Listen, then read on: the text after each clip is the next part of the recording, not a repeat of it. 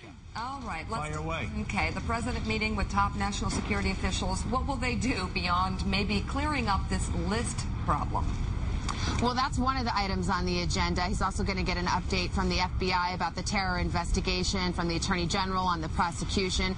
But the real issue here is what went wrong where. We already know a lot about this in terms of this being a human failure, but also a systemic failure. I think the president, when he comes out afterwards and speaks to the American people, will try to add a little more detail about what this investigation has revealed about what went wrong where. I also think we're going to see reforms to the terror watch list. Those could be announced as early as today. Is somebody going to be fired?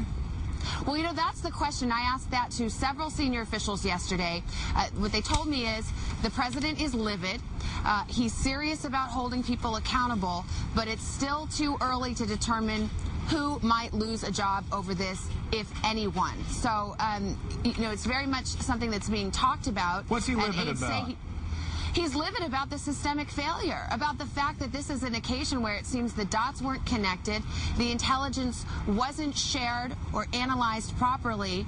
This is an issue that, of course, bedeviled the intelligence community before 9/11, led to 9/11, and here we are 8 years later with essentially the same problem. Any talk in the White House that it's still George Bush's fault? Are they blaming George Bush, or do they realize they've been there for a year now and that if there's a systemic failure, he bears part of the responsibility? What's the talk around the White House? Yeah, I haven't heard that for about a week. I think in the early days that we heard that quite a bit. This was a system that was set up by the Bush administration, but that is not something I hear senior officials saying anymore. This is something the president realizes is now fallen to him, and if he wants to make reforms to the system, he's certainly able to do so. I hear he's close to Janet Napolitano. She's the one that's really come out with that "you're doing a heck of a job" brownie comment early on, but I hear she's safe because he's close to her. Are you hearing the same thing?